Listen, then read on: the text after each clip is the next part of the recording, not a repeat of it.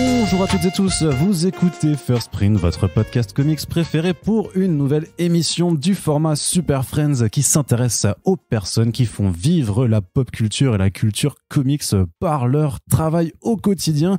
Et aujourd'hui, on a le plaisir d'accueillir Bruce, le créateur du site Bruce Lee, qui fête ses 10 années d'existence, et ça va être l'occasion d'aborder ensemble en fait tout ce travail de on va dire de prescripteur de pop culture et d'animateur en fait de la culture comics que tu fais avec ce site, ce blog donc qui a quand même une certaine année, une certaine longévité d'existence maintenant. Et bien entendu, Bruce, si je te parle, c'est parce qu'en fait tu es là en face, même si oui, tu salut Arnaud. pas. Je t'écoute, mon métier c'est l'écoute. Donc, oui, c'est vrai aussi. Je te vois travailler, je suis admiratif. Oh, tu es bien la seule personne qui me dise ça.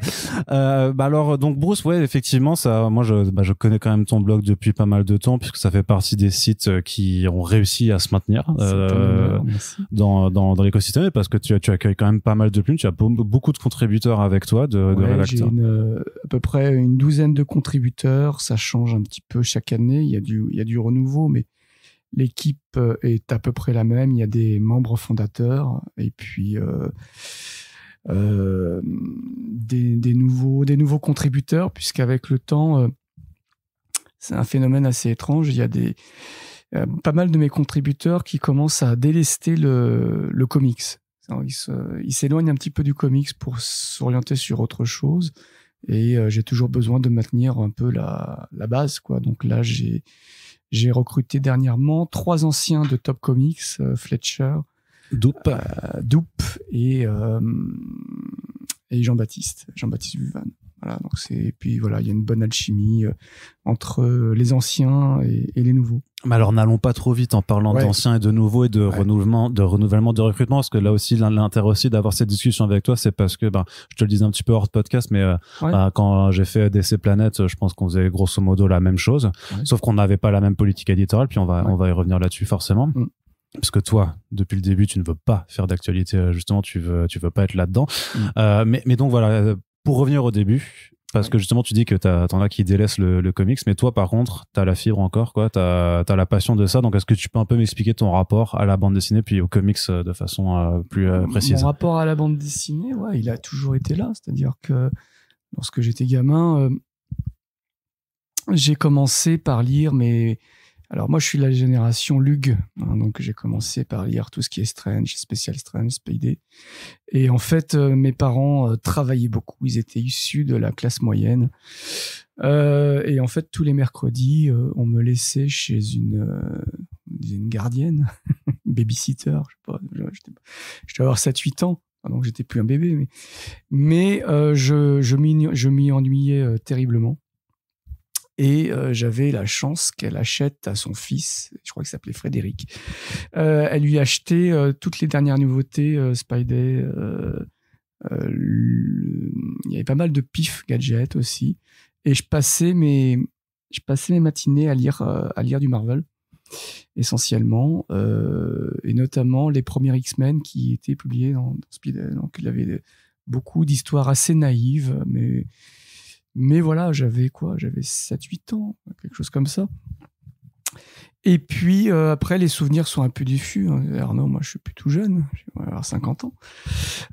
Mais voilà, je me rappelle avoir lu un Strange spécial origine avec les origines des Fantastiques dans la voiture à mon frère. Et je me rappelle que Ben Grimm disait à Reed Richards « ta gueule ». Il était très énervé, je pense. Et j'ai dû répéter ta gueule pendant 150 km à mon frère. Bravo. C'était de la subversion, parce que c'était le plaisir de dire ta gueule dans la voiture familiale, en disant c'est pas moi, c'est la bande dessinée. Et je pense que je suis vraiment, vraiment tombé amoureux des comics Marvel. C'était un été, alors il faudrait vérifier les années, mais c'était l'été où ils publiaient en France la série de la saga du Phénix Noir. Ok, ouais. Donc voilà, j'avais découvert les X-Men dans Spidey, et tout à coup je retrouvais Scott Summers et Jean Grey fiancés, plus ou moins sexués. dans une discothèque du club des damnés et peut-être que ça a fait la même chose aux gosses qui ont grandi avec Dragon Ball. On passait de Goku enfant à Goku adulte et j'avais cette chance d'avoir le sentiment de grandir en même temps que ces personnages. Alors aujourd'hui, ces personnages, ils sont plus jeunes que moi. Alors techniquement, ils sont toujours plus vieux, mais ouais. Voilà. Mais voilà, il y avait un grand phénomène d'identification. Et voilà, je suis tombé des X-Men, amoureux des X-Men à ce moment-là. Je pouvais plus m'en passer. À cette époque, il fallait attendre 3 mois pour lire la suite. Donc, tu avais 2 épisodes, un team-up pour la chose et je crois des Spider-Man. Et ce que j'ai déjà dit peut-être ailleurs, c'est que ça m'a appris la patience en tant que lecteur. C'est-à-dire que pendant ces 3 mois où il fallait attendre la mort de Jean Grey, je les lisais, je les relisais et je les connais par cœur. C'est ça. Et c'est un truc qui t'a jamais quitté alors, ou est-ce que tu suis encore un peu les comics et notamment les X-Men, ou est-ce que c'est quelque chose sur lequel non, les X-Men m'ont abandonné. C'est eux qui t'ont abandonné en fait. Ouais, ils m'ont abandonné. Ils m'ont abandonné quelque part sur l'île entre Utopia et Krakoa à partir du moment où la politique Marvel ne correspond plus à mes idéaux politiques à moi. C'est-à-dire j'aimais les X-Men lorsqu'ils étaient encore humanistes, altruistes et peut-être un peu perdants, mais lorsqu'ils ont commencé à exercer des violences envers des civils, lorsqu'ils se sont regroupés, refusant de rencontrer, pour moi c'est devenu une oligarchie au service d'eux-mêmes. Tu vois, lorsque Scott Summers ordonne des exécutions sommaires, j'y ai cru un moment. Alors tout le run de Bendis c'était une horreur, j'ai énormément souffert, mais le pire était encore à venir avec le run de Jonathan Hickman. J'ai eu un moment d'illusion lorsque Jason Aaron a reconstitué l'école et qu'il y avait ce rapport assez unique entre les X-Men et leurs élèves, c'est-à-dire que les X-Men étaient des héros, mais ils n'étaient pas forcément leurs supérieurs. Et j'aimais bien, tu vois, ce côté... tu retrouves ça un peu dans Cobra Kai, la série. Ce côté multigénérationnel, c'est-à-dire que chaque génération avait quelque chose à apprendre de l'autre. Donc, on avait d'un côté les héros, de l'autre des élèves qui ne demandaient qu'à apprendre et en même temps faire des conneries. Et j'ai vraiment beaucoup aimé ce run. Et pour moi, l'histoire des X-Men se termine ici. J'ai plus envie d'aller plus loin. Donc, de temps en temps, je fais des incursions. Si tu as pu voir, mon personnage préféré a toujours été Iceberg. Tu disais que c'était Cyclope aussi. Donc, Cyclope et Iceberg. Et donc, voilà, quand ils ont outé Iceberg, j'ai pas aimé la manière dont ça a été fait. Le fait qu'il soit désormais gay ne pose pas plus de problèmes que ça. Mais voilà, j'ai lu et j'ai même apprécié la mini-série de Synagresse. Je trouvais que c'était pas mal foutu. Mais peut-être que je suis arrivé à un stade où la politique Marvel ne me parle plus tant que ça, quoi. Mais par contre, ma passion des comics est là. Je continue d'en lire. Alors, j'en lis pour le site. Ouais. C'est là où le côté un peu professionnel fait que si j'arrête de lire des comics, c'est un peu compliqué. J'en lis pour Geek Magazine et j'en lis pour Best aussi, dans lequel j'officie. Et hier, tu vois, j'ai terminé le Catwoman de Cliff Chiang, que j'ai trouvé extraordinaire. Ouais, Lonely City. Hein. Super. C'était un espèce de Dark Knight Returns, mais un peu plus optimiste, avec un personnage qui a une classe folle. Je l'ai trouvé extrêmement séduisante pour une femme de... Ça, c'est un truc à envoyer à Yann Moix. Ouais, c'est ça. J'ai trouvé le personnage. Ou Leonardo DiCaprio. Il y avait des interactions avec Question Man qui étaient assez intéressantes. Donc, en fait, moi, Arnaud, dès qu'il y a un petit peu d'âme, dès qu'il y a un peu de psychologie, je suis pas. On m'a souvent pointé que j'étais difficile, mais je crois pas. Est-ce qu'on peut différencier l'exigence de Tu vois, c'est juste de ce que t'aimes, quoi, en fait, de ce qui te parle. Si tu veux, Arnaud, quand on a commencé dans les comics, je sais pas comment toi tu y es venu, mais moi, les comics, on lisait ça un peu sous le manteau, tu vois, au collège. Non, moi, j'ai pas... Enfin, non. Donc, si tu veux, d'un côté, j'avais mes Tintins, j'avais mes Astérix, j'avais mes Gaston Lagaffe, ça, j'en étais fou. Et de l'autre, j'avais mes Spider-Man, j'avais mes X-Men, j'avais mon Daredevil que j'adorais. Et ça, c'était des comics qui étaient honteux. C'est-à-dire que tu avais le franco-belge en album cartonné et le truc kiosque que ma mère jetait au bout de 3 mois en disant ça, c'est pas des vraies bandes dessinées. Et du coup, ce côté vrai, faux m'a fait peut-être me rendre exigeant. C'est-à-dire que aujourd'hui, c'est pas parce que les comics c'est hype et à la mode qu'il faut, tu vois, manger n'importe quoi. Je pense que tu peux. Il y a des comics qui sont hors catégorie tellement c'est excellent, et puis d'autres. J'appelle ça l'entretien de la flamme, c'est-à-dire que c'est du ongoing. Il faut assurer une présence, une série régulière, et peut-être que moi, à mon âge, c'est plus quelque chose qui m'intéresse. J'aurais peut-être 30 ans de moins, je trouverais ça extraordinaire. Hein.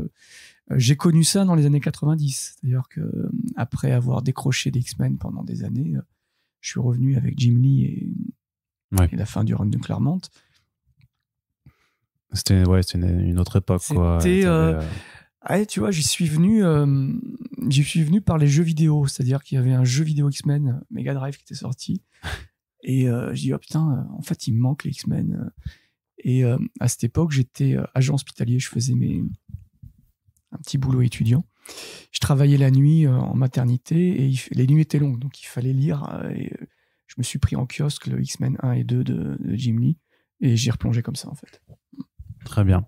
Est-ce que tu peux un peu nous parler des débuts de Bruce Lee, sachant que, parce que tu m'as permis de faire mes recherches aussi, que tu racontais cette histoire déjà, même sur le site, c'est que à la base, en fait, c'est juste que tu mettais des commentaires sur Amazon, en fait, de bouquins, et qu'au final, c'est juste qu'il y a des choses que tu n'aimais pas, en fait, dans ce système-là, et donc c'est ta chérie qui t'a dit, pourquoi tu ferais pas ton propre site. C'est ça. En fait, on était... un jour au bureau, j'ai eu un rendez-vous qui s'est annulé. J'avais une heure devant moi. J'étais à jour, mes dossiers bien sûr. Et je me suis dit tiens, ça serait rigolo d'écrire un commentaire sur des disques de rock. J'ai dû écrire sur les 2 premiers Alice Cooper et tout à coup, tu vois Arnaud,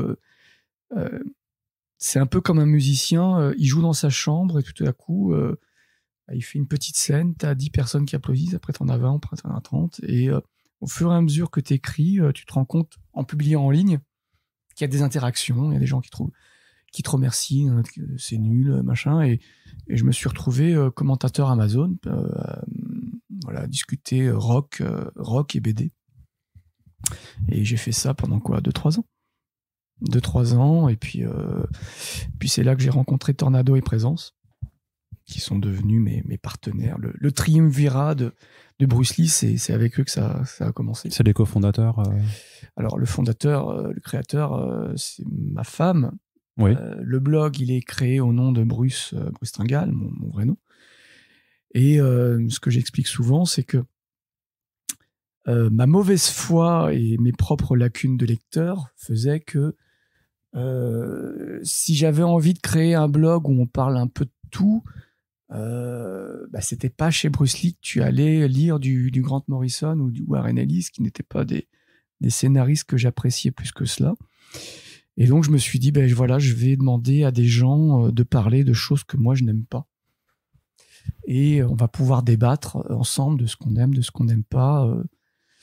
Donc voilà, on a commencé, j'ai proposé à mes copains de venir, et puis ce que je pensais être un petit site qui ferait 10, 30 visites, aujourd'hui on est quasiment à 10 000 visiteurs par mois.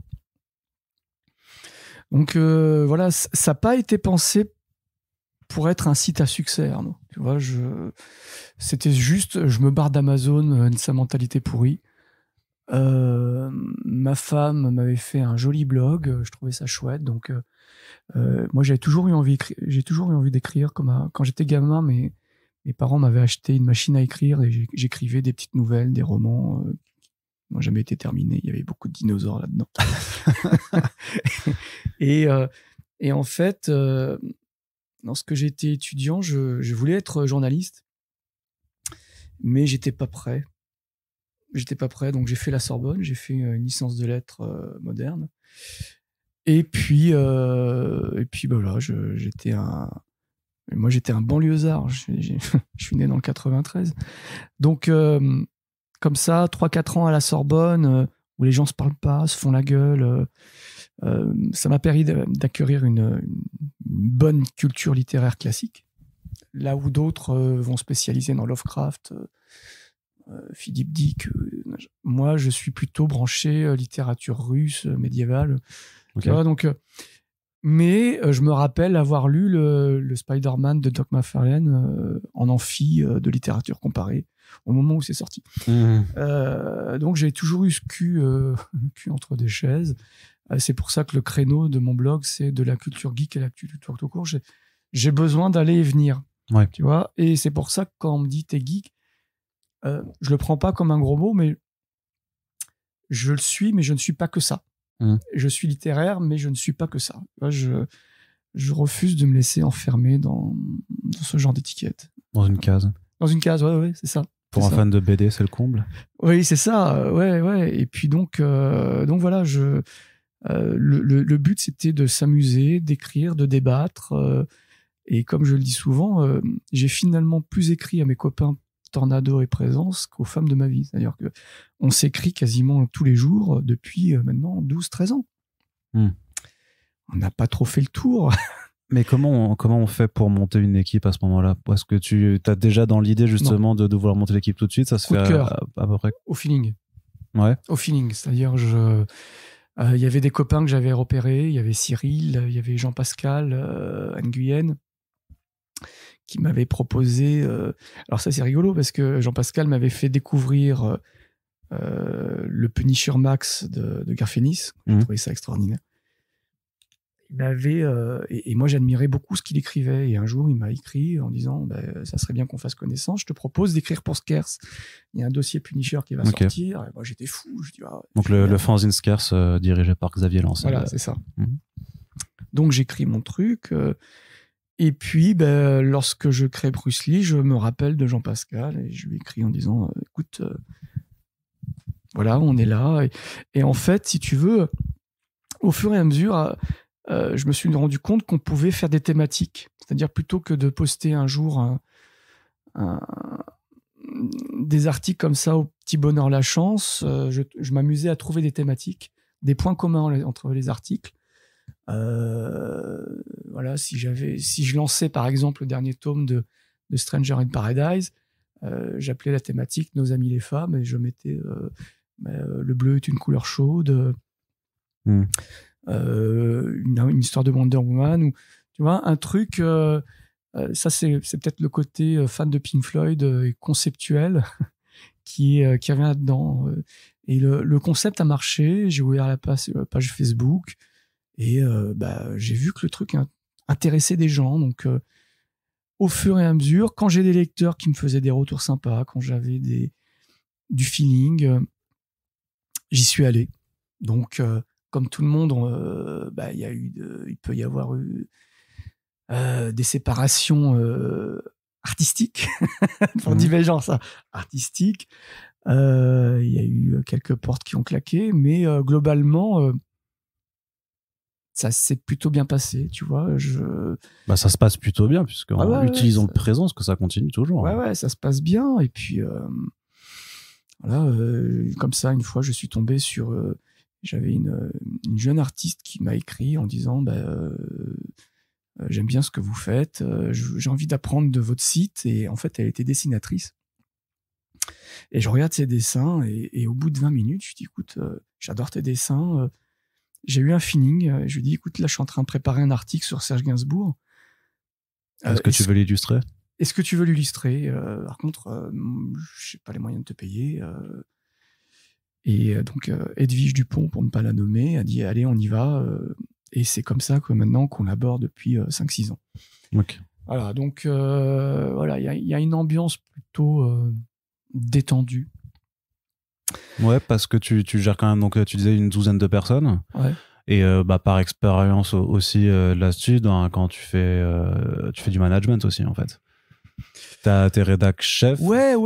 Tu fais du management, tu dois prioriser, enfin, tu dois planifier les articles des uns et des autres. Ouais. Faut aussi gérer des égos parfois d'écrivains, ça aussi. Le seul ego que j'ai à gérer, c'est le mien. Bah déjà, c'est peut-être beaucoup. Hein.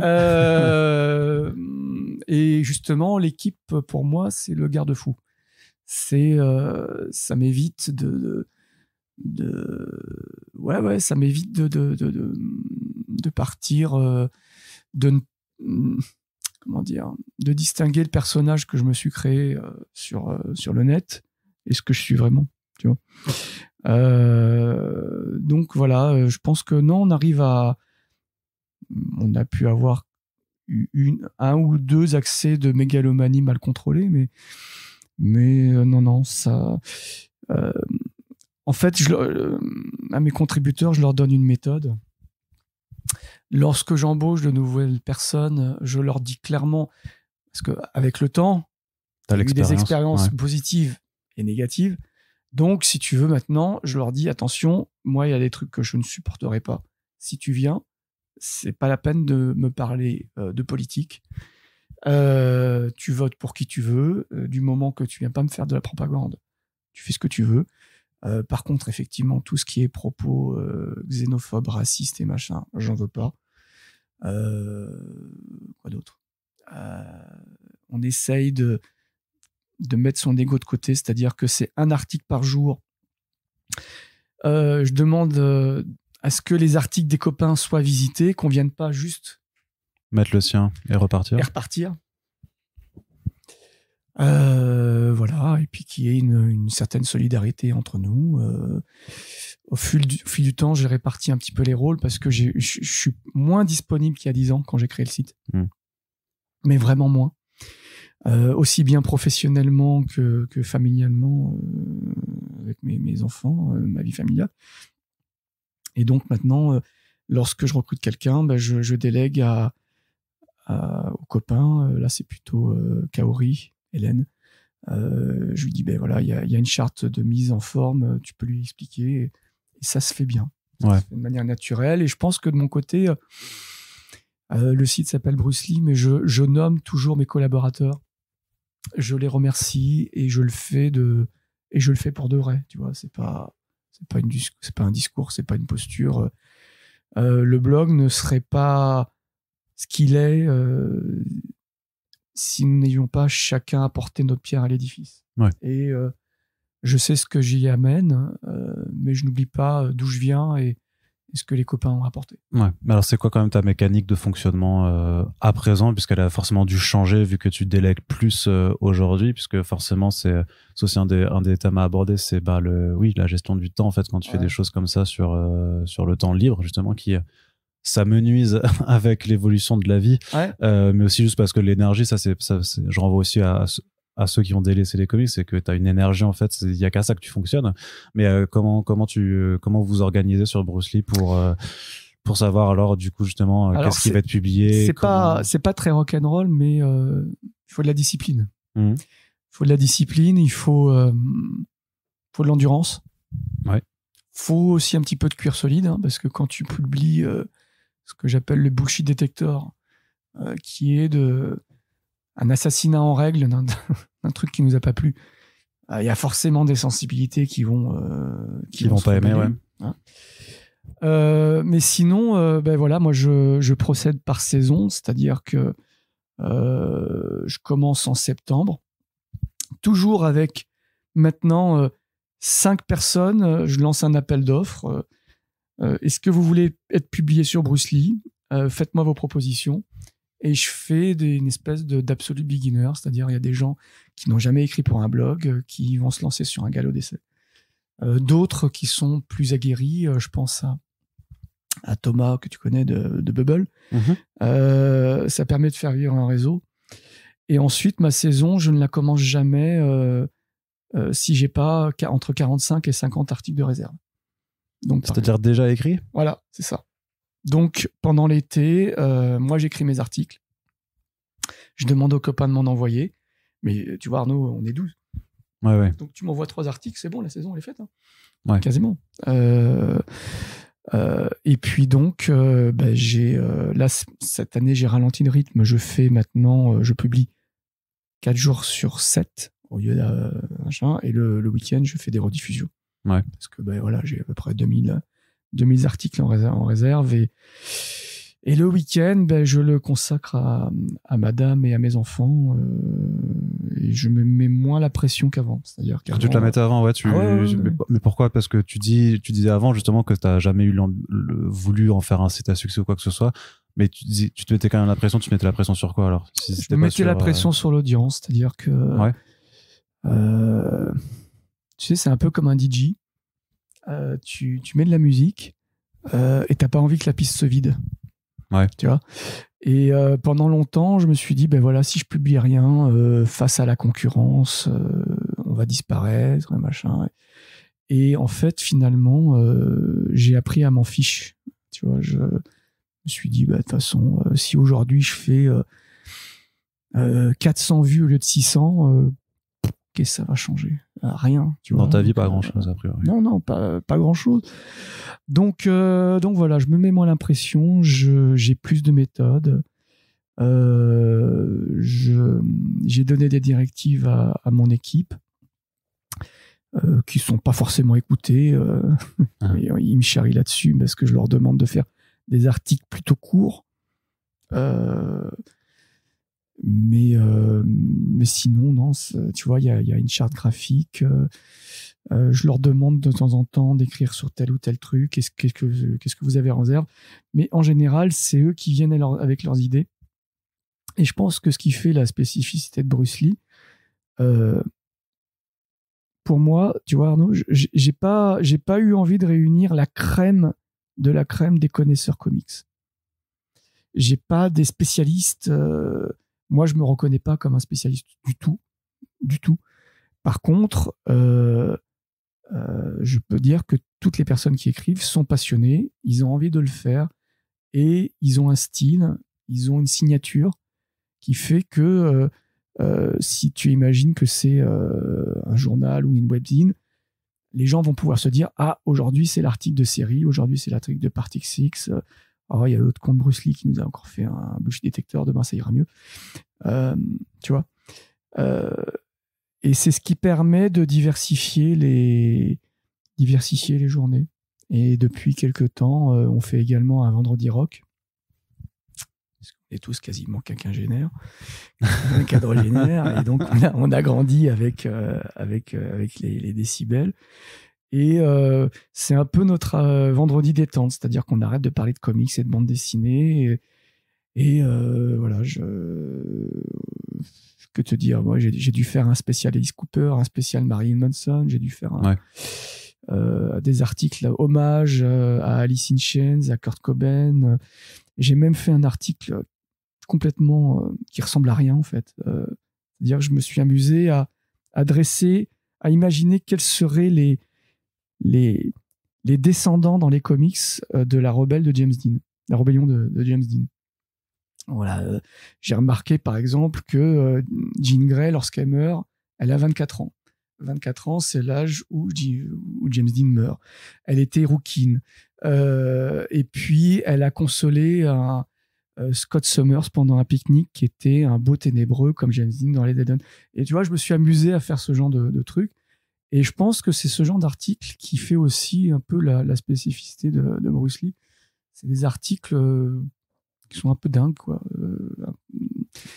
Mes profs auraient dit hors sujet, mais voilà. Non, mais c'est un constat que je partage aussi parce que moi-même, quand j'étais sur DC Planet et où à l'époque où du coup Comics Blog était ma concurrence en tout cas, parce que nous on était dans un site d'actualité, je m'étais rendu compte que l'équipe d'en face en fait avait des impératifs donc économiques parce qu'ils devaient payer des salariés. Et que du coup ils avaient des obligations en fait de quoi certaines choses et que nous on ne l'avait pas et que le temps qu'on avait dont on jouissait à ce moment-là ça permettait justement de faire des articles comme ça. Et on avait notamment, même si ça n'a pas duré non plus super longtemps, mais une chronique qui s'appelait, je sais plus, c'était Silver Age of Bizarre ou un truc comme ça, où en fait c'était Corentin qui chroniquait un numéro du Silver Age complètement what the fuck et en déconnant là-dessus, tu vois, chose qu'on du coup maintenant on n'a plus du tout le temps de faire à cause du changement de paradigme quand on est allé sur Comics Blog, mais c'est l'avantage de la chose, et c'est pour ça que je voulais revenir sur ce point de votre ligne éditoriale là-dessus qui était depuis le début, parce que ça remonte même la première fois que tu écris sur le blog lorsque ça fêtait ses 1 an, c'est que tu ne voulais pas être dans l'actualité. Je voulais pas et je pouvais pas. Parce que... Alors tu peux, parce que tu le vois quand même, justement, on reparlera de concurrence un peu après, mais il y a quand même plein de gens qui sont aussi bénévoles, enfin qui font ça sur leur temps libre et qui essayent de coller à l'actualité. Ouais, donc, mais Arnaud, être geek, c'est un travail à temps plein, tu es bien placé pour le savoir. C'est-à-dire que si tu veux vraiment être geek, il faut voir toutes les séries, tous les dessins animés, tous les films. C'est possible. Et voilà. Enfin, plus aujourd'hui. C'était à une époque, c'était faisable parce qu'il n'y avait pas tant de trucs, mais aujourd'hui, c'est impossible. Donc voilà, moi, si tu veux, j'ai envie de danser sur la musique que j'aime. J'ai pas envie qu'on me dise. Qu'on t'impose le rythme. Voilà. Mais c'est même pas du snobisme, mais c'est parce que j'en suis incapable. Mais vraiment, j'en suis incapable. Donc, j'ai envie de découvrir les choses à mon rythme. Mais même dans mes études, c'est-à-dire, tu vois, quand j'allais chercher mes résultats de partiel à la fac, j'y allais 5-6 heures après les autres. C'est-à-dire, j'avais besoin de faire les choses à mon rythme. Donc, si je découvre un comics que tout le monde a adoré, comme We Live, ouais. 3-4 mois après, c'est pas tellement grave pour moi, tu vois. C'est pas tellement... Et même, tu sais quoi, je me rends compte que à toutes les fois où je colle à l'actualité, finalement, c'est pas les articles que j'ai envie de rediffuser le plus, parce que c'est des trucs qui sont écrits à la va-vite, tu vois.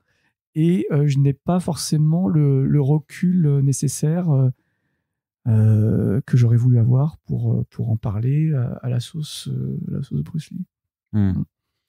Mais par contre, on parle de ce qu'on veut, on fait des nouveautés, on fait de l'ancien, on fait des thématiques.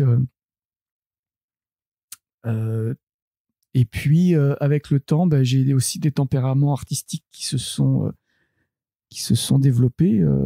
Si tu connais la rubrique Figure Replay, j'ai Jean-Pascal qui fabrique ses propres figurines. Qui fait des sortes de mini-romans photos. Voilà, et il fait des romans photos qui passent... C'est un peu nos guignols de l'info, c'est-à-dire qu'il passe en revue les derniers articles sous un mode parodique, il fait des fausses pubs. Là, aujourd'hui, il a fait l'horoscope avec des personnages, avec Rorschach, avec Daredevil. Et moi, je suis fan, c'est-à-dire que je peux dire que je suis fan de mon équipe. Mais vraiment, c'est-à-dire, tu vois, c'est là où mon ego, il est tenu en laisse. Certes, je suis convoité par tel ou tel journal, mais pas suffisamment fort pour que je laisse tout tomber et que je laisse mon équipe. D'accord. Tu parles un peu de concurrence avant. C'est quoi pour toi la concurrence sur Bruce Lee ? Est-ce qu'il y a vraiment une concurrence aussi ? Non, il n'y a pas de concurrence. Non, il n'y a pas de concurrence. J'ai pas de concurrence. Parce que quand même, du coup, je te titille un peu, mais tu as quand même dit en début de podcast que du coup, tu venais de recruter justement 3 rédacteurs qui venaient d'un autre site. Oui, Top Comics. Donc Top Comics, qui est sur un site qui est plus sur un angle de vouloir faire des tops, comme le titre l'indique. Et donc voilà, t'es allé. Et moi, je me rappelle aussi qu'à une époque, voilà, quand on piquait des rédacteurs à un autre site, c'était pas bien vu, quoi. Alors, enfin, piquer. Quand des rédacteurs bougent d'un site à l'autre, il y a toujours cette façon de voir la chose. Alors, tu vois, Arnaud, comme je te disais un peu. Genre, moi, si demain on me pique Corentin, je vais péter un câble, tu vois, clairement. Oui, alors, c'est pas la fuite comme les ouvertures de saison de foot. C'est-à-dire oui, c'est pas du mercato. C'est comme ça qu'on disait. C'est-à-dire que moi, j'ai les mecs de Top Comics qui sont venus me voir progressivement et pas tout de suite. En me disant, ben voilà, Top Comics s'arrête. Ils ont arrêté. Ouais. Ah, c'est pour ça, d'accord, j'avais pas suivi ça. On adore Bruce Lee. Et ce qui m'a profondément touché, c'est que les 3 de Top Comics m'ont fait des lettres de motivation. Ah, ok, ouais. Alors, je leur avais rien demandé. Mais parce qu'on continuait on se côtoyait sur les murs des uns et des autres.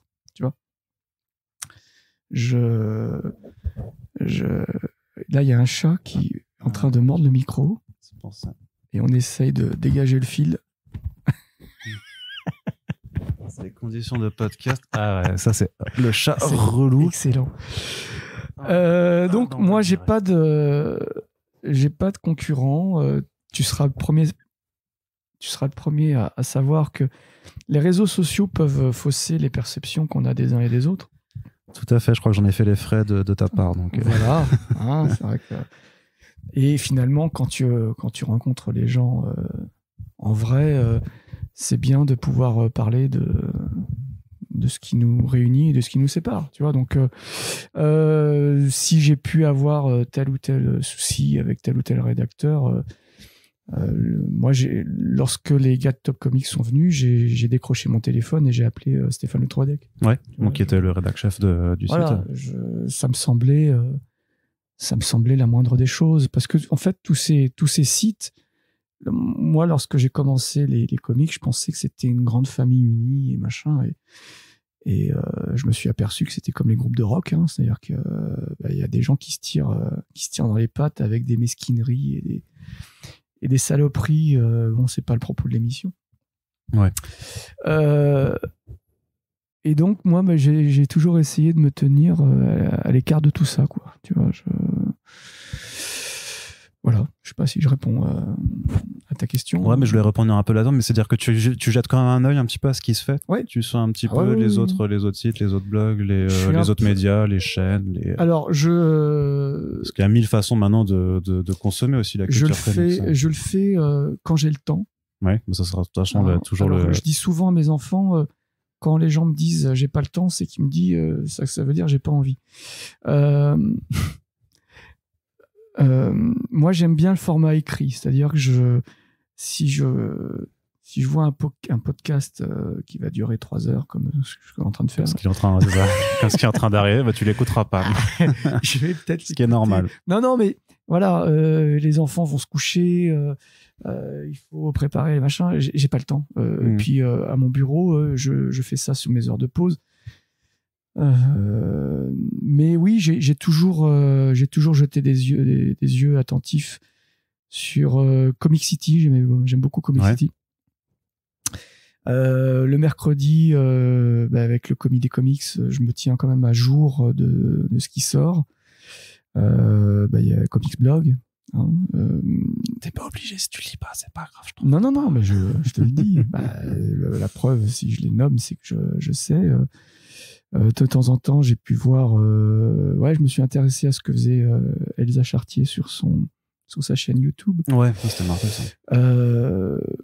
Mais je suis pas forcément fidèle, c'est-à-dire que j'ai pas de rendez-vous institutionnel qui fait que j'arrête tout pour m'y consacrer, parce que ma vie n'est pas réglée. Enfin, elle est réglée, si, elle est réglée comme des papiers à musique. Mais voilà, j'ai mon blog à tenir, j'ai ma vie professionnelle, familiale, et puis maintenant j'écris aussi pour d'autres médias, ouais. Pour d'autres médias. Ce qui fait que quand je rentre dans des périodes de deadline, je suis surtout en relation avec mes rédac chefs, mes collègues, tu vois. Donc, là, cette semaine, j'ai terminé un article pour Geek Magazine. J'ai bouclé la nouvelle version du Punisher par Jason Aaron. Ouais. Donc voilà, ces 2 pages. Pendant ces 2 pages, je me mets de la musique et je me concentre. Et dans ces moments-là, je me coupe même de mon fil Bruce Lee. C'est-à-dire que j'essaie d'être concentré, parce qu'il se passe toujours quelque chose. Il y a toujours un pet sur le blog. Voilà. Mais justement, enfin, t'as aimé du coup Punisher de Aaron? J'attends de voir. T'as fait que le premier tome là? Ouais. Ouais, les 4 premières. Ouais. Je sais qu'Aaron a déjà bouleversé le statu quo. Je trouve que tout le twist autour de l'enfance du Punisher est un peu... c'est pas ce qu'il a fait de plus fin, quoi. D'accord. Ouais. Après, de la finesse, depuis la fin de son Thor, en vrai, c'est pas non plus ce qui le caractérise. Quand tu regardes les Avengers, faut aimer la saucisse, quoi, clairement. Moi, j'avais beaucoup aimé son Punisher Max, qui était un cran en dessous de ce qu'avait fait Garth Ennis. Mais j'avais beaucoup aimé le côté. En fait, Frank Castle, c'était pas un bon père, c'était pas un bon mari, c'était un mec qui s'apprêtait à quitter sa famille pour repartir à la guerre. Et j'avais fait un peu, à l'époque dans Scarce, là j'en parle un petit peu dans Geek, je fais un parallèle avec le Saint des tueurs de Preacher. C'est-à-dire c'est quelqu'un, c'est une ordure, c'est quelqu'un qui a cru qu'en se créant une famille, ça irait mieux, mais non, en fait, c'est un peu comme Dexter, c'est une famille alibi qui va payer au prix fort le mode d'existence du personnage. Ok. Comment tu perçois aujourd'hui un peu la façon dont le comics vit en France? Parce que tu as pu le voir évoluer sur les 10 années, avec l'essor même maintenant de tout ce qui est réseaux sociaux aussi, de chaînes YouTube, justement le développement des différents types de médias, mais aussi de la façon dont cette culture, justement tu parlais de hype un peu au début, moi je pense que les comics en tant que tel, la BD, le truc en papier est pas si hype que ça.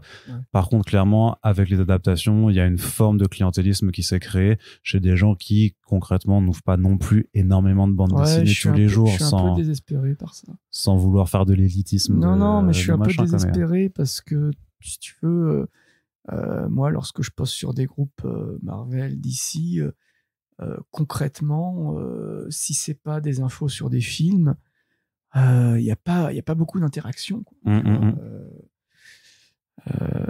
Alors, je suis partagé, c'est-à-dire que je me dis que lorsque les films sortent, au moins, c'est ce qui permet aux éditeurs de sortir des trucs que personne n'aurait lu auparavant. Tu vois, la série Miss-Hulk fait que Miss-Hulk sort Morbius, c'est un truc que j'aurais jamais vu, j'aurais jamais imaginé voir une intégrale sur Morbius il y a quelques années en France. Tu vois. Mais ouais, je suis un peu désemparé, quoi. Et c'est pareil pour les mangas, c'est-à-dire que on me dit souvent la France c'est le pays du manga.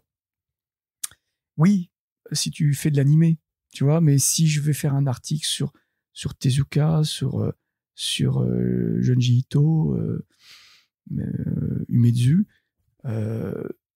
si je n'ai pas des personnes qui sont quand même profondément ancrées dans ce truc, c'est pas des articles qui fonctionnent, quoi. Même Junji Ito? Parce que ça a quand même bien repris depuis. Ça a bien repris là. Avec Mangetsu, tu vois. Et puis là, il y a le dessin animé qui va arriver sur Netflix. Oui, ouais. Hein. Mais s'il devait avoir une frustration, elle est là. C'est-à-dire que mon blog fonctionne bien. J'ai des bonnes audiences et je suis sûr qu'on pourrait faire mieux. Non pas parce que j'ai envie de remplir un Stade de France, mais si tu veux, au vu de toute la polyvalence qui est déployée, de toutes les plumes de qualité qui y sont, je suis sûr que si les gens s'intéressaient plus à ce qu'il y a décrit, ça marcherait mieux. Et par contre, ce que j'aime, c'est aussi tout un essor de comics à la française.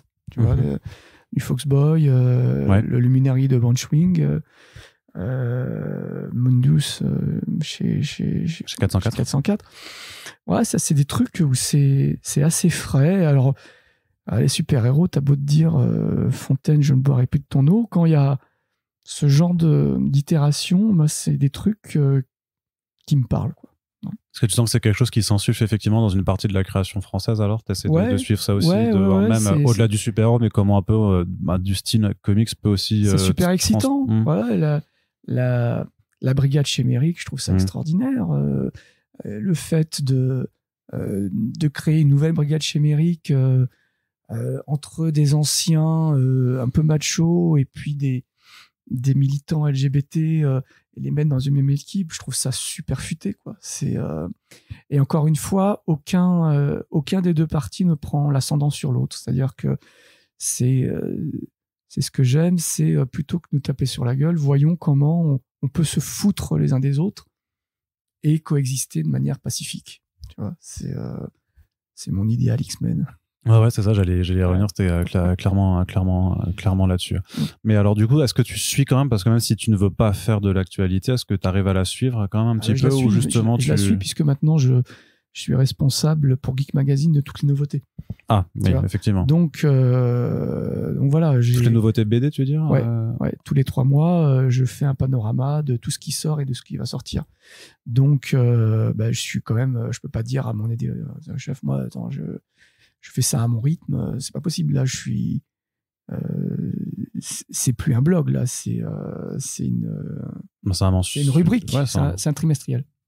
Oui, pardon, trimestriel en plus, je suis con, j'ai rédigé dedans. C'est un trimestriel, donc là, j'ai couvert, qu'est-ce que j'ai couvert, Marjorie Finnegan. Ouais. De Garfénis, que j'avais eu la chance de lire en VO. Je vais écrire quelques lignes sur le Catwoman de Cliff Chiang. Quoi d'autre? Alors comme ça, j'ai des trous. Il y a forcément le Torgal de Robin Recht, ça va forcément me parler. Ouais. Il y a le retour de Motoromase de Nikigami Democratia qui va bientôt sortir un nouveau manga où le stress est devenu une maladie sociale.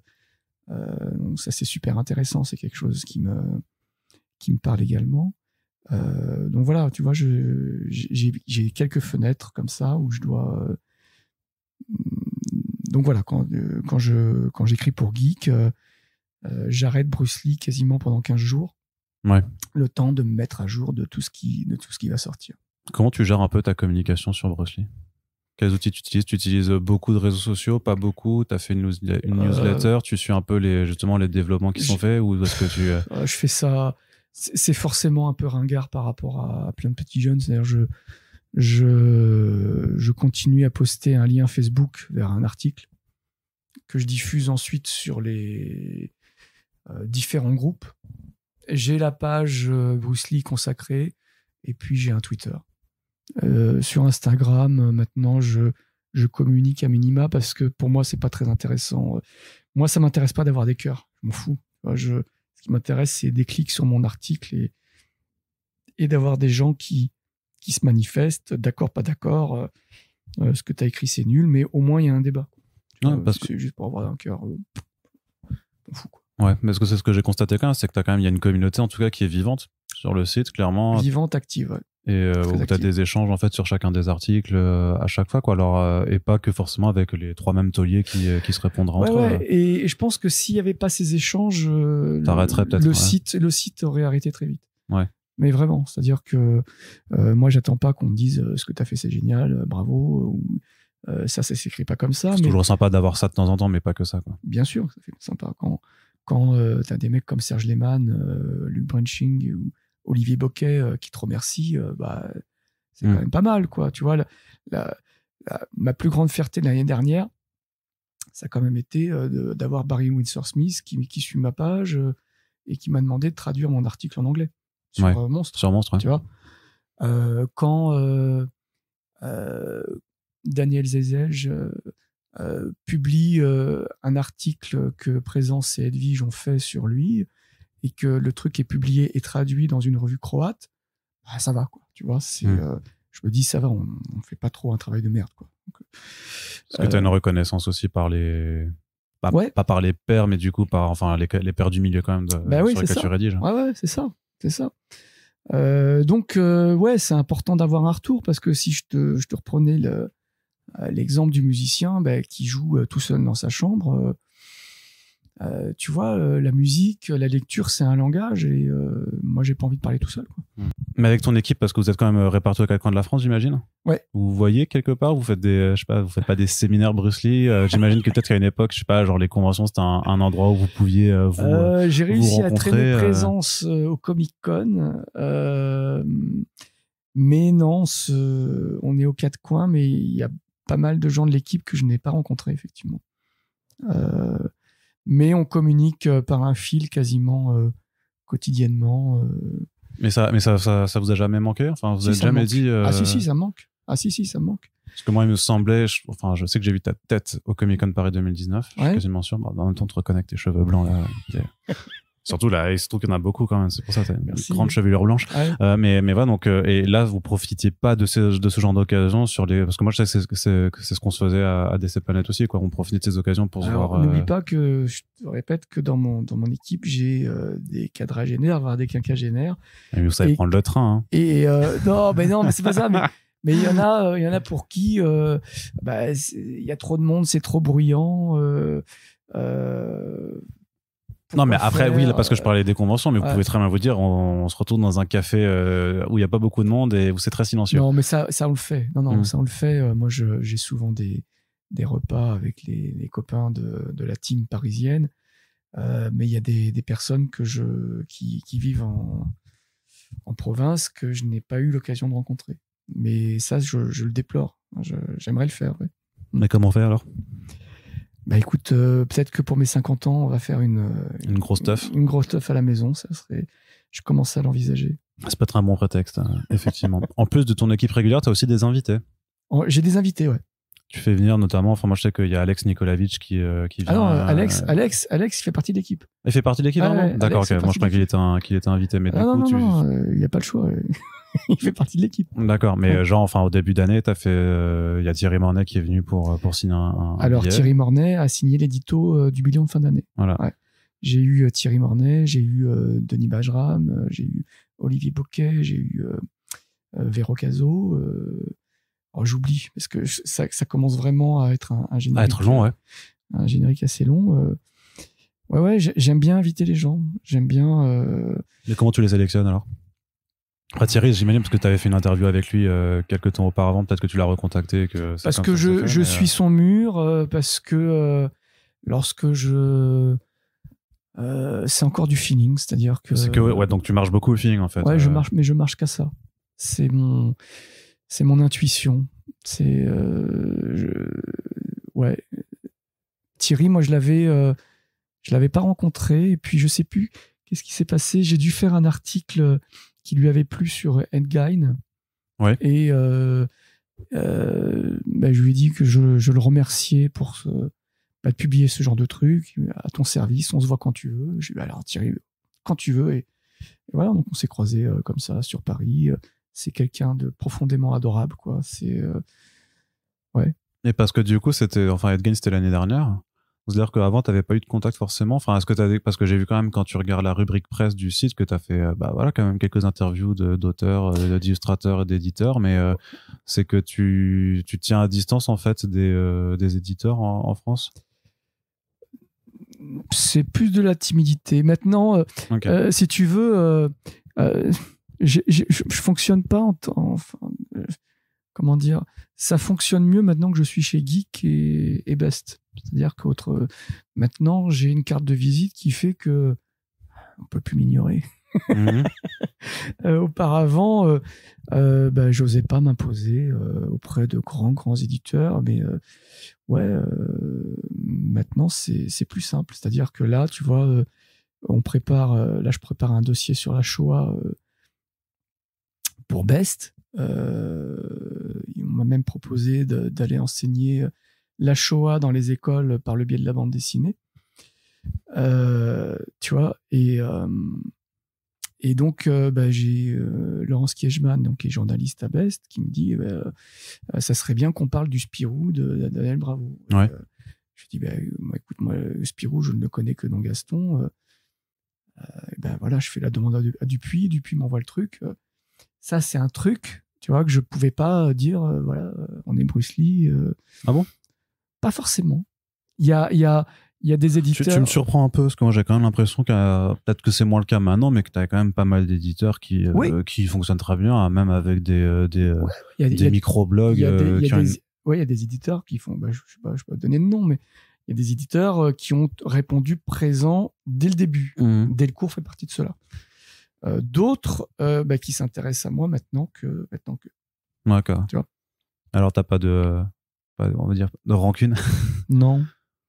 Non, parce que la rancune par rapport à quoi j'ai pas raté ma vie. Non, mais par rapport au fait de dire putain, ça fait 10 ans que j'écris et que je mets en avant aussi parfois vos bouquins, et c'est que parce que maintenant j'écris dans un autre supplémentaire que vous m'accordez du crédit, alors que techniquement ta gestion et ton savoir écrire, tu l'as déjà. Ouais, bien sûr. Mais bon, voilà, tu sais, je fais un métier où comment dire,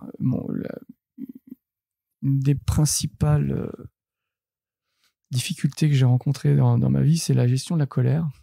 Parce que je suis. C'est pour ça que tu t'appelles Bruce, en fait. Ouais. Mais je suis assez révolté par la vie et c'est pas pour rien que je suis devenu travailleur social. C'est-à-dire que si je peux, à mon niveau, corriger certaines injustices, je le fais, tu vois. Et je vais pas me rajouter une injection de colère supplémentaire à cause des éditeurs. Pour ça, Bruce Lee a été un site indépendant, c'est-à-dire que nos comics, on les achetait. S'il y a du service presse, tant mieux. S'il n'y en a pas, tant pis. Tu vois, mais voilà. Et avec les artistes, tu essaies d'avoir des contacts un petit peu, tu essaies de faire aussi, d'aller faire les interviews, là, je rêve d'aller rencontrer Garfénis. Ouais. Alors là, voilà, ça c'est mon idole, quoi. Garfénis, j'ai tellement de choses à lui demander, quoi. Et je pense que je pourrais faire comme Nora Felder il y a 2 mois, donc la superviseuse musicale de Stranger Things. J'ai proposé son interview aussi bien à Geek Magazine qu'à Best. Et donc, j'ai fait une interview de 2 heures et j'ai sélectionné des réponses pour un canard et un pour l'autre. C'est-à-dire, et Garfénis, moi, je me verrais très bien lui parler de la dimension rock'n'roll dans ses comics. Arseface qui chante Wonderwall dans Preacher. Là, Marjorie Finnegan qui chante du David Bowie lorsqu'elle rentre chez elle. Ça, c'est un truc qui m'intéresserait de discuter avec lui. Et puis, avec la question un peu geek autour de Preacher, autour de The Boys, autour de The Pro. Voilà. Ouais. Mais les artistes, j'ai une très bonne relation avec des artistes. Et c'est aussi pour ça, tu vois, que je veux éviter le côté politique sur ma page ou sur le blog. J'ai pas envie de... Une fois, je l'ai fait. Une fois, et je me suis dit, j'ai fait une grosse connerie. Je t'en avais parlé. J'avais réagi sur le fait que Frank Miller avait été interdit de festival. Oui, et qu'il avait été déprogrammé d'un festival. Et que je trouvais pas ça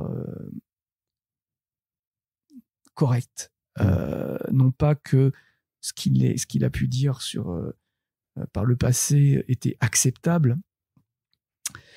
Mais donc voilà, tu vois, pour moi, c'est comme interdire les Rolling Stones d'un festival de rock. Les Rolling Stones avec leurs excès, avec des paroles parfois à la limite du sexisme, voire du racisme, quand ils chantent. Je te laisserai taper sur Google les paroles de Some Girls et ça y va, quoi. Et pour moi, voilà, j'aurais préféré un panel entre Frank Miller et puis les personnes qui se sont senties offensées par ses propos, plutôt que de dire t'as plus le droit de venir. Et si tu veux, voilà, j'étais en vacances, je m'emmerdais, j'étais en train d'attendre mon avion et je dis c'est pas normal. Et j'avais posté une photo de Born Again de Daredevil en disant merci Miller Monsieur Miller pour tout ce que vous avez apporté. Et en fait, là, mes opinions sont les miennes. Donc, je peux les défendre. Mais à partir de là, il y a eu plein de gens que j'adore qui ont commencé à s'engueuler entre eux. Et je me suis retrouvé un peu, tu sais, comme le mec qui sert les plateaux et puis ça s'engueule et ça s'engueule et ça s'engueule. Et au moment du stop, vous arrêtez. Et c'est là que j'ai réalisé à quel point un truc pouvait rapidement partir hors de contrôle. Surtout sur Internet. Ouais. Sur Internet. Avec la meilleure volonté du monde de dialoguer, de machin, t'as forcément quelqu'un qui va faire une formule provocatrice, qui va mal être compris et machin. Et en fait, moi, j'ai joué le pompier quasiment pendant 2 jours sur ça.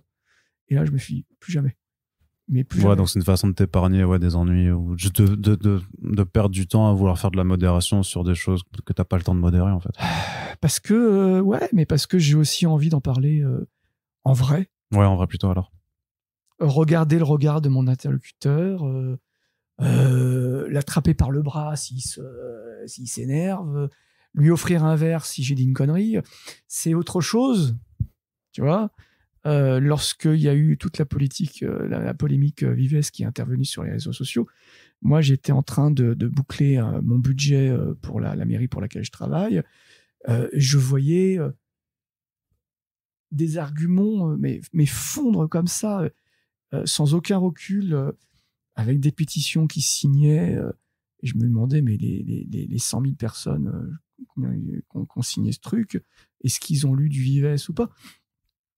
Et je me suis dit, moi, je vais rester loin de tout ça. J'ai mon opinion. Elle ne demande qu'à être évoluée, tempérée, modérée, tout ce que tu veux.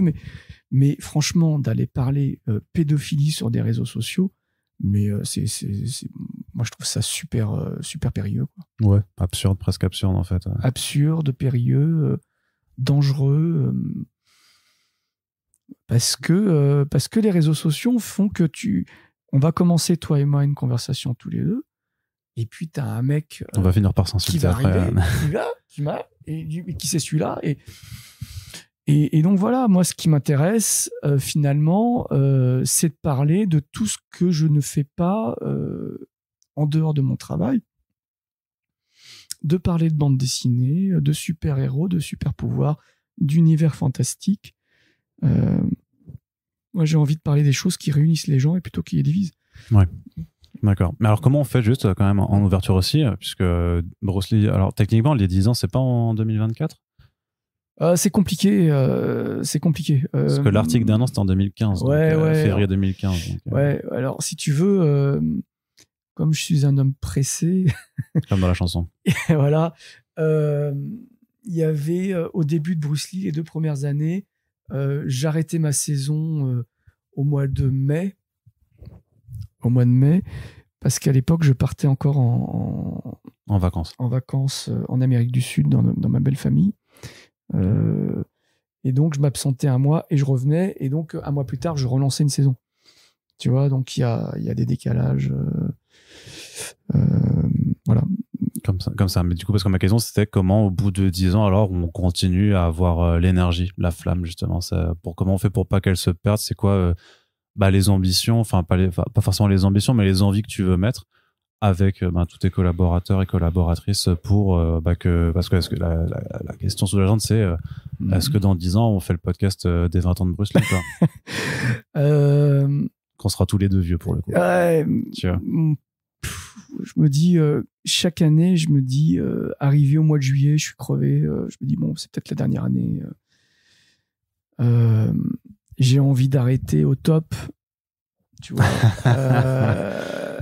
Tu veux pas faire l'article de trop? Ouais, l'article de trop. Ou la saison de trop, plutôt. Côté punk, Kurt Cobain, mieux vaut brûler que de rouiller à petit feu. Ça, c'était mourir vite, vivre vite, mourir jeune. Enfin, tout ça, c'est des trucs auxquels je croyais quand j'avais 20 ans. Maintenant, j'ai envie de te dire, il faut vivre vite et mourir vieux. Je sais pas, tant que le besoin d'écrire est là, tant que le plaisir de publier est là, j'ai pas de plan. Et j'ai eu des moments très angoissants. J'ai eu 2 contributeurs qui sont morts, moi.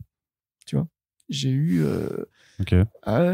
des moments où des gens que j'aimais beaucoup et qui écrivaient de manière ponctuelle pour le blog sont décédés. Et donc ça te fait aussi faire des mises en perspective. Qu'est-ce que je fais, qu'est-ce que je fais pas, qu'est-ce que je fais plus, tu vois. Donc voilà, je ne programme rien. Peut-être qu'un jour toute l'équipe va s'entretuer. J'en sais rien. Moi, je sais que d'habitude, j'ai plutôt l'habitude de conclure mes podcasts sur des notes vachement plus positives, parce que là, si on pouvait éviter de parler, et pas à leurs âmes, quoi, mais du coup, de ces personnes, c'est terrible. Du coup, ce que tu dis, et tu parles de ton équipe qui s'entretue, non. Voilà, est-ce qu'on peut essayer parce que là, les auditeurs, ils vont finir ce podcast, ils vont faire. Non, c'est juste. Faire, c'était pas une bonne journée pour écouter First Print. Ce que je veux dire, c'est que c'est vendredi 13 aussi. Oui, c'est pour ça, oui, non, ce que je veux dire, c'est que tant qu'il y a du plaisir à être entre nous et de faire ce qu'on fait, il n'y a aucune raison que ça s'arrête. Tu vois, le plaisir, comment se lasser du plaisir? Moi, c'est une question philosophique. Si ce qu'on fait nous plaît, s'il y a du sang neuf, s'il y a une bonne harmonie entre les anciens et les nouveaux, et surtout s'il y a des coups de cœur. Moi, je trouve que l'année 2022 a été exceptionnelle en termes de lecture, et je me suis éclaté. Mais vraiment, il y avait des trucs... j'avais mon cœur qui battait plus fort quand j'ai fermé le monstre de Barry Windsor Smith. Parce qu'il est infernal. Je me suis dit, c'est une pierre dans un mur de la vie d'un lecteur, quoi. Donc voilà, moi j'ai envie de faire de nouvelles rencontres. J'ai de mes années Amazon, il y a un lecteur de plus, c'est un coef 10, quoi. Tu vois. Si j'ai un nouvel abonné, c'est magnifique. Si j'ai un nouveau lecteur, c'est fantastique. Si j'ai des compliments, alors comme on en a fait des milliards avant, quand Jean-Pierre Dionnet, je l'ai rencontré cet été au mois de juin, il m'a dit tiens, il m'a présenté à des anciens de métal hurlant, dont Libératore. Il me dit tiens, je te présente Bruce Tringal, c'est sur son site. C'est le site où on parle le mieux de BD en France. Quand Dionnet te dit ça, tu te dis ça va. Fais voir tes chevilles, fais voir. Attention, ça serre les lacets là. Aïe. Donc voilà, ça gonfle. Forcément. Et là, je vais dire maintenant, j'ai atteint tous mes objectifs. J'arrête. Je me lance en solo. Je connais trop bien l'histoire du rock pour savoir que les carrières solo sont pas forcément les meilleures, quoi. Donc non, je m'amuse beaucoup. Je gère différemment, avec une énergie différente, c'est-à-dire c'est un peu maintenant l'énergie du vieux sage, alors qu'avant il fallait faire tout vite, tout de suite. Maintenant, plus détendu. C'est détendu, tranquille. J'ai même fait la paix avec des gens avec qui je me pensais m'être brouillé, parce que tout ça c'est de la bande dessinée, tu vois. D'accord, très bien. Écoute, Bruce, on te souhaite une bonne continuation avec tous tes comparses. Et donc, pour celles et ceux qui ne connaîtraient pas le blog, donc c'est brucetringal.com. De toute façon, vous avez le lien dans la description de ce podcast. Et donc, on vous invite à y aller au moins 4 fois par semaine, parce que c'est le rythme sur lequel il y a des nouveaux articles. Mais après, tu as des rediffs. Donc, voilà. Vous êtes les bienvenus, que ce soit... un vieux lecteur de comics comme une personne qui souhaite savoir par quoi commencer Batman ou même les X-Men, il n'y a pas de mauvais lecteur, il n'y a pas de mauvaises questions, tout le monde y est traité avec bienveillance, et j'y veille. Et puis, il y a un espace commentaire qui marche, donc au moins, vous aurez de la discussion là-bas. Ça, c'est certain. En tout cas, on vous rappelle que si vous appréciez ce podcast et les émissions qu'on fournit, vous pouvez le faire remarquer, donc avec des commentaires sur notre propre site ou en partageant les podcasts sur les réseaux sociaux. Ça permet de faire découvrir l'émission, mais aussi, justement, le travail des personnes qui y passent. Et on vous rappelle qu'on a également une page Tipeee qui est ouverte, sur laquelle vous pouvez contribuer pour nous aider à voir l'avenir avec sérénité. Merci Bruce, à toi. Merci Arnaud. On se dit à bientôt pour le prochain podcast. Merci de nous avoir écoutés. Salut!